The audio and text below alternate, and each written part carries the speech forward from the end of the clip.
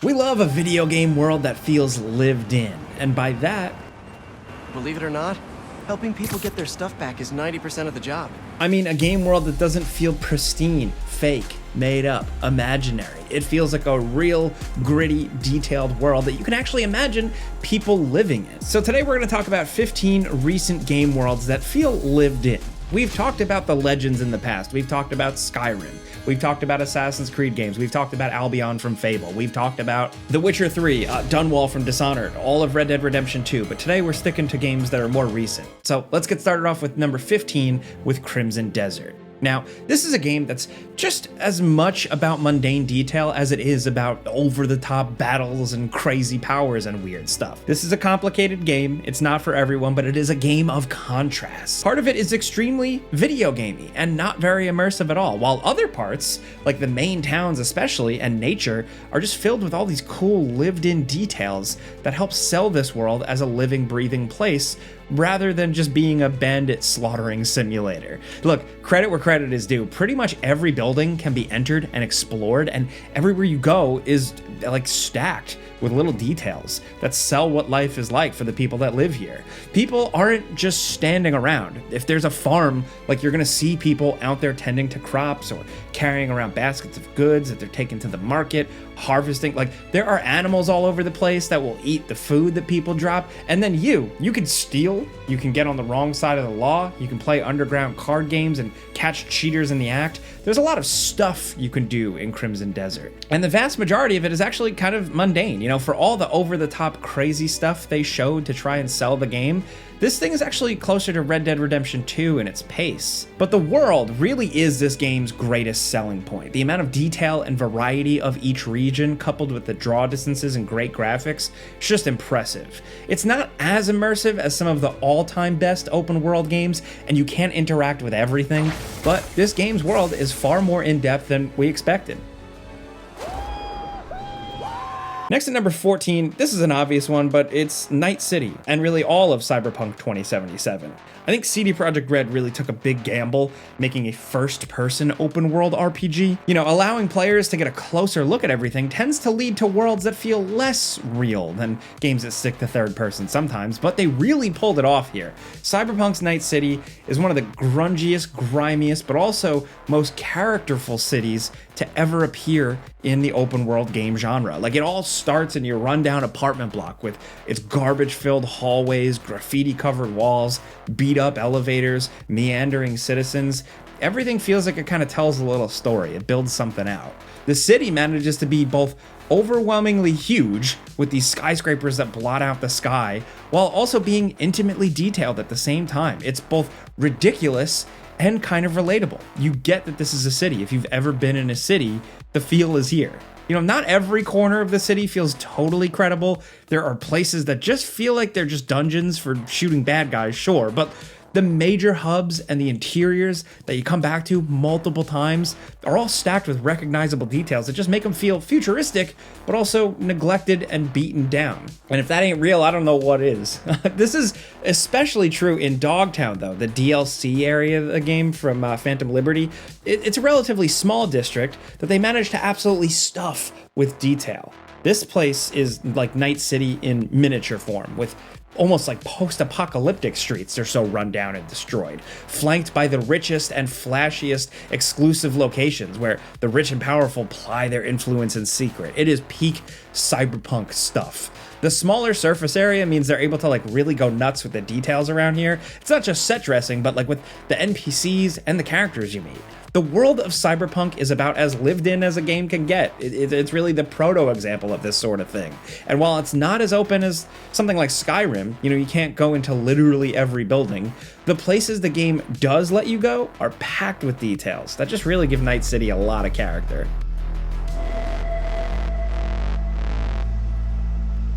Next at number 13, Hogwarts Legacy. Look, whether or not you're a big Harry Potter fan, you got to admit that the central school, the place where you're spending a big chunk of your time in the game, it's extremely well done.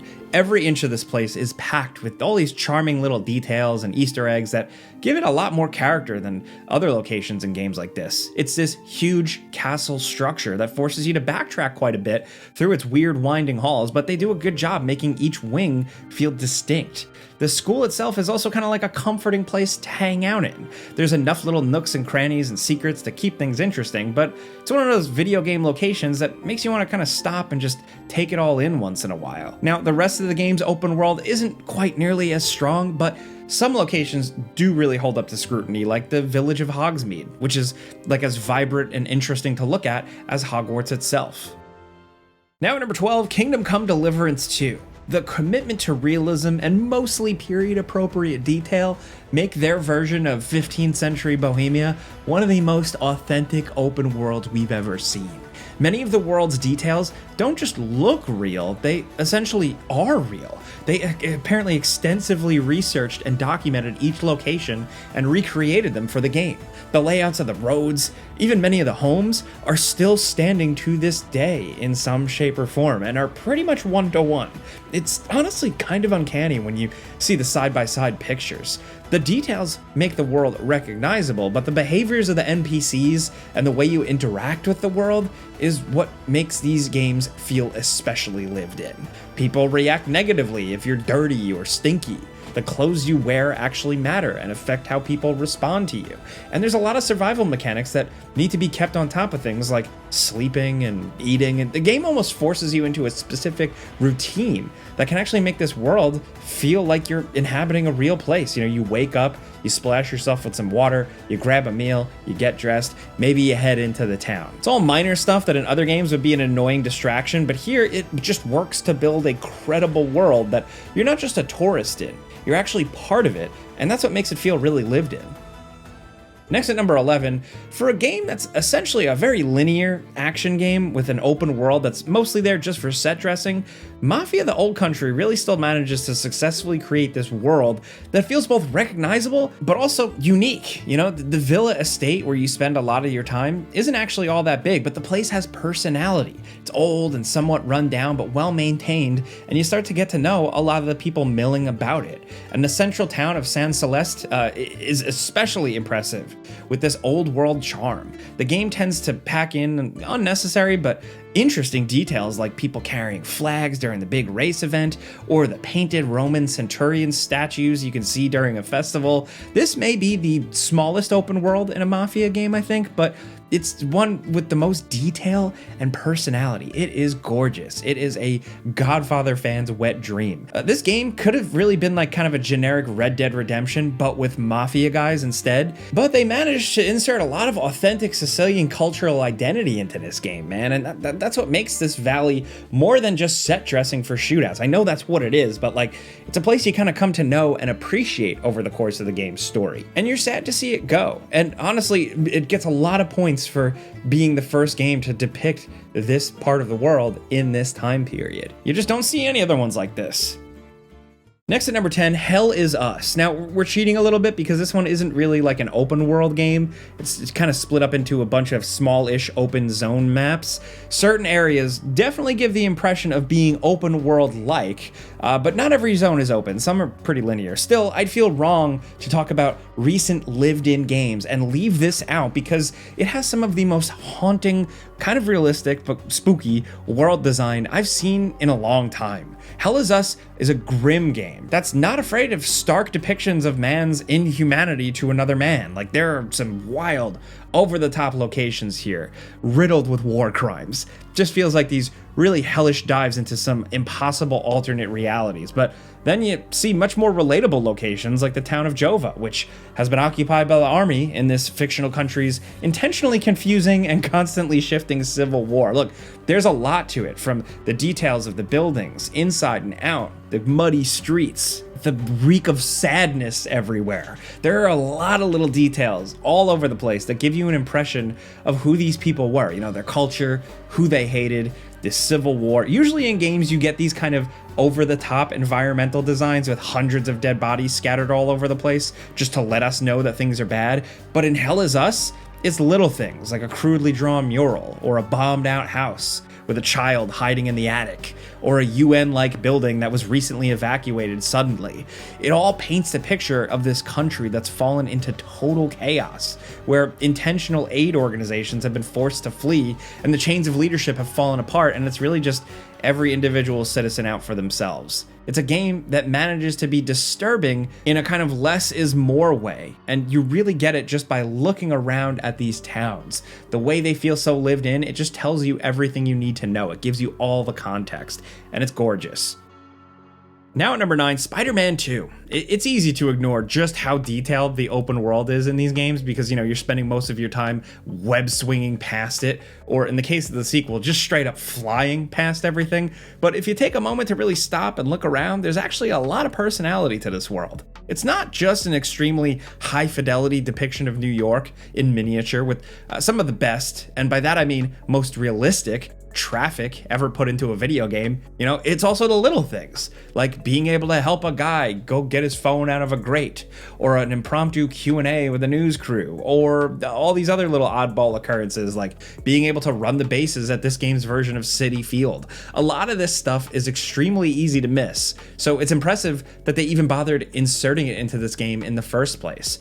Little details like that stuff, or the way the random civilians try to give Spidey a high five, all that stuff just adds so much personality to the game that would otherwise be pretty lacking. You know, there's a lot more detail here than you might have noticed. And just knowing this stuff is here makes me like the game even more. Even if I'm rarely going to bother hunting any of this stuff down, it's nice that it's all there. And as a person who lives just outside the New York metro area, I do have some complaints about like how Brooklyn and Queens looks, but hey, the fact that they included it is really cool, and graphically it is really, really impressive. It's definitely near the top of the list of, like, you know, best depictions of New York in a video game. Get off, you stupid bug!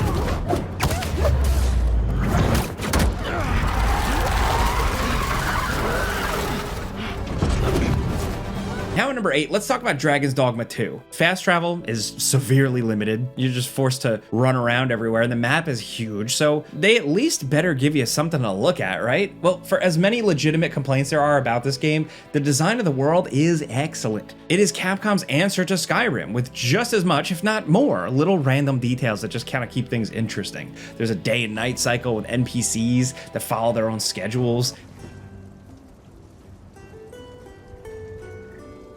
And just about like every house in the game's main cities can be broken into.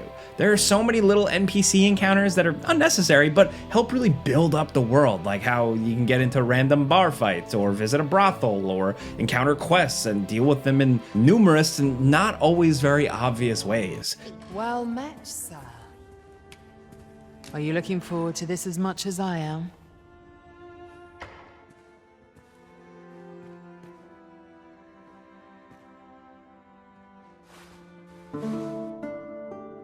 This game practically forces you to pay close attention to its world, because if you don't, then it's pretty easy to completely lose track of what the game wants you to do. For the quests especially, the little details matter. Should you need to communicate in Elvish, pray call upon me. I'll be only too glad to assist. Other aspects of the game can be a little repetitive or tedious, but the design of the world is just filled with top-notch detail.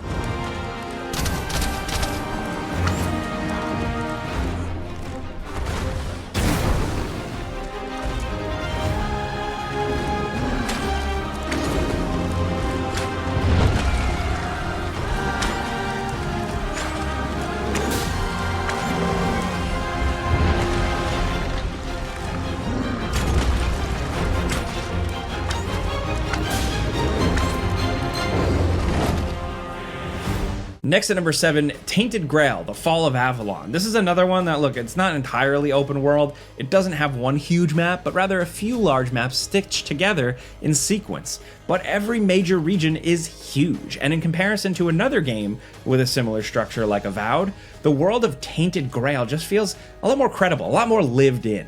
It's an extremely impressive achievement that a developer that's this small, with no experience making a game of this size and scope of Tainted Grail, was somehow able to make a first-person RPG that can be compared to the video game greats like Skyrim or Gothic. Each location is really dense and can be fully explored and picked apart and ransacked.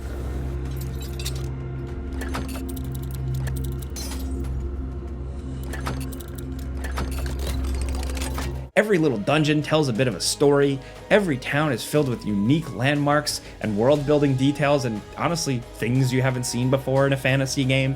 It's a dense one that is challenging, but that's what makes it all the more satisfying to explore because, for the most part, if you notice something, then there's probably something there, and it's more interesting and fleshed out than you expected.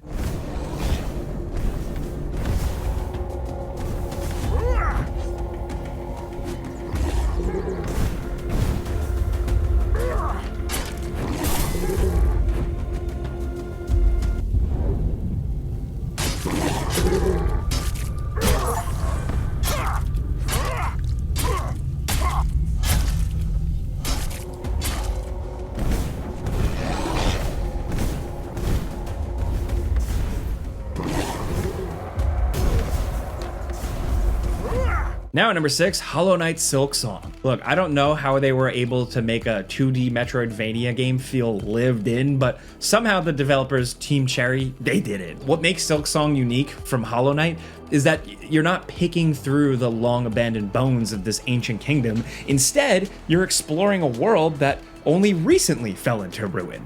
There are far more NPCs in all corners of this world and just reacting to the catastrophe all in their own way, but even in places where there are no NPCs or that are just gauntlets of enemies, the game still manages to fill the world with all these unique little elements that make each distinct location feel like it served some kind of real purpose.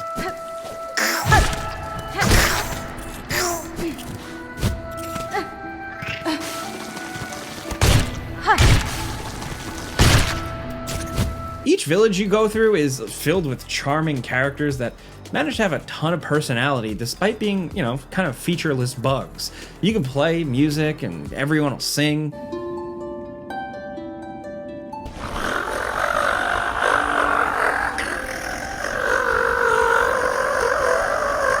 You can decorate a house and help restore a rundown settlement. It's little interactions like this that give the world of Silksong so much more personality than its previous game, Hollow Knight, Not to say that the previous game was lacking in charm, it's just that Silksong goes way further with it. There are so many completely unnecessary little secrets and details that only exist to make the world feel more interconnected and lived in. It's an impressive achievement all around for a game that didn't need to do any of this stuff to be good, but they put in the extra effort and the final product is all the better for it. It really helps sell the magic of this game.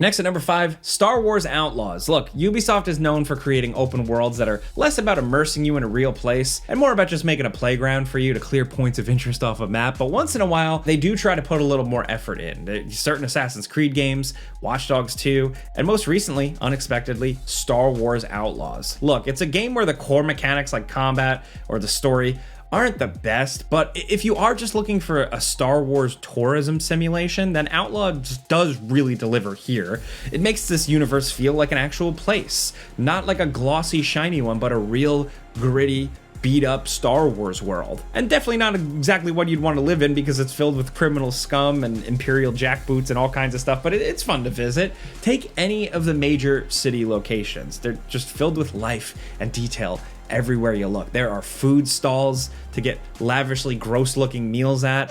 I could go for that.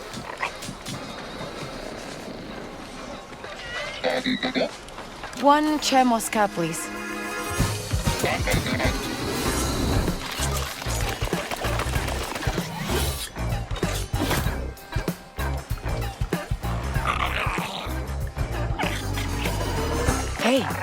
Look at this. Wow, that smells great. Huh, looks like it's all grown right here on Tashara. Underground card games to play, shady bars, weird vendors selling droid parts. It's just great Star Wars stuff. It's one of those games where you just kind of want to stop and stare at the world because there's always a lot going on. And while you can't actually explore everything, it's not the most interactive game, it's at least still pretty fun getting to see Mos Eisley on foot, you know? They even accurately attempted to recreate the city's layouts and the names of certain landmarks from Star Wars galaxies. And I mean, that's dedication to detail. I appreciate stuff like that. It's about time, baby. Get in there next. Get that thing. My mistake. Good boy.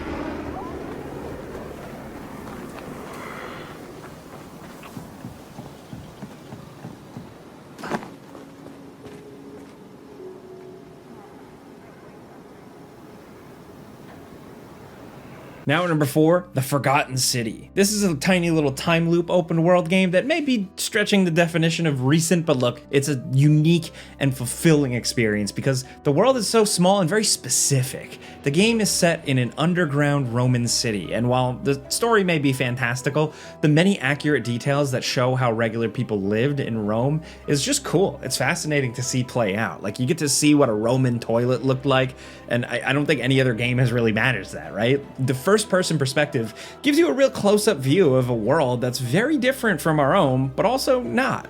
It's a fascinating trip back to the past that I wish more games would attempt in this way.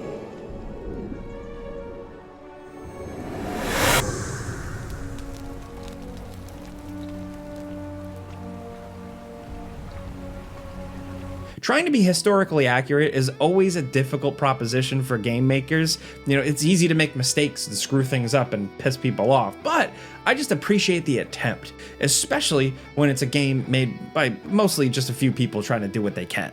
I intend to kill every last one of you wretched degenerates, and I can think of nothing I'd enjoy more. The many shall suffer for the sins of the one.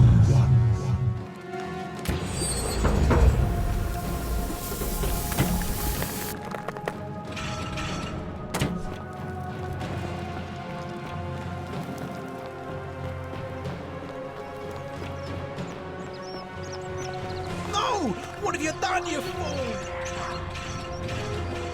Now at number 3, The Sinking City Remastered. Look, critical response to this open world Cthulhu investigation game was kind of mixed. It's a flawed game for sure, you know? But one thing the developers absolutely got right is the design of the sinking city itself.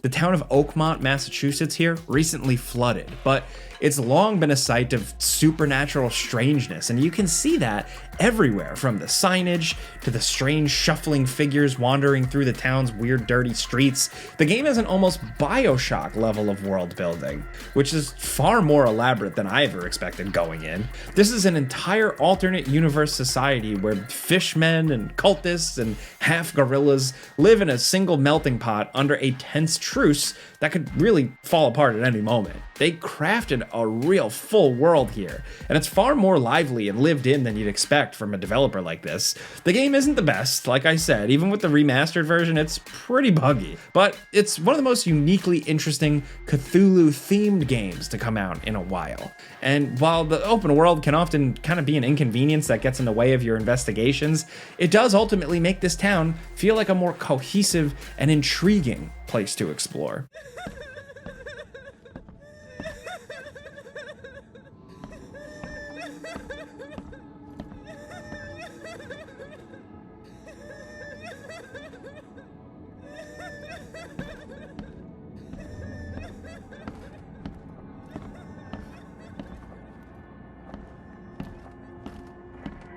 Now at number 2, Fallout London. Somehow, a small team of modders were able to make something in the Fallout 4 engine with the world building of Fallout New Vegas, but in a completely new, unique setting for Fallout. This is not an official product. Who knows if we'll ever get an official Fallout game that takes us out of the United States, but for a group of modders, game developers making a game in their free time here, what the team responsible for this was able to accomplish is astounding, man. This isn't just a bunch of remixed Fallout 4 assets. This thing has an entire new crew, a new roster of creatures, characters, weapons, history. This might as well be an entirely new game because it barely crosses over with the regular Fallout universe, let alone Fallout 4 stuff. Just about everything from the backstory to the factions are entirely invented just for this game. It's a crazy ambitious project and a minor miracle that it managed to come out at all, let alone be as deep and detailed as it ended up being. This has the environmental detail that is only possible when there's deep passion, enthusiasm, and time behind the project. Every location is super dense with world building. There's so much personality everywhere you look. Something this complex wouldn't even be possible with a normal game. Everywhere you look, there's some new lived-in detail that makes the world feel more interconnected and real. And in a world that's intentionally absurd as Fallout's, that's especially impressive.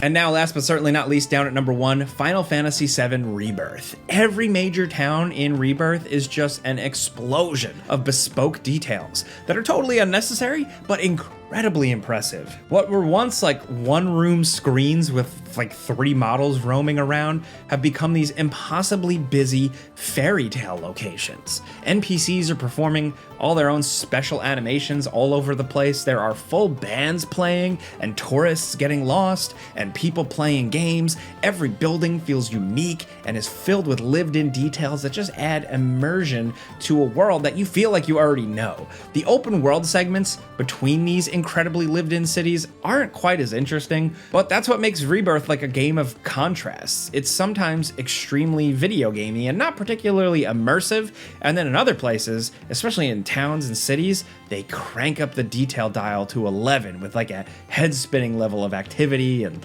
lush visual flourishes. Some of these locations are the most remarkably photogenic places ever put in a video game. I'll stand by that. It's still kind of unbelievable what they were able to accomplish here. Just look at anything in the Golden Saucer. It is all max effort, and you can say it's all set dressing and it's unnecessary, but it sells it. It sells the dream of what you imagined the Golden Saucer was in your head when you played original Final Fantasy VII back in the day. Just look at Haunted Hotel as well. Just full of random jump scares for no reason other than to make this place feel like a true amusement park. That's the entire game, or at least the main cities and stuff, and it's Rebirth in a nutshell. It can be exhausting, but it is also jaw-droppingly impressive.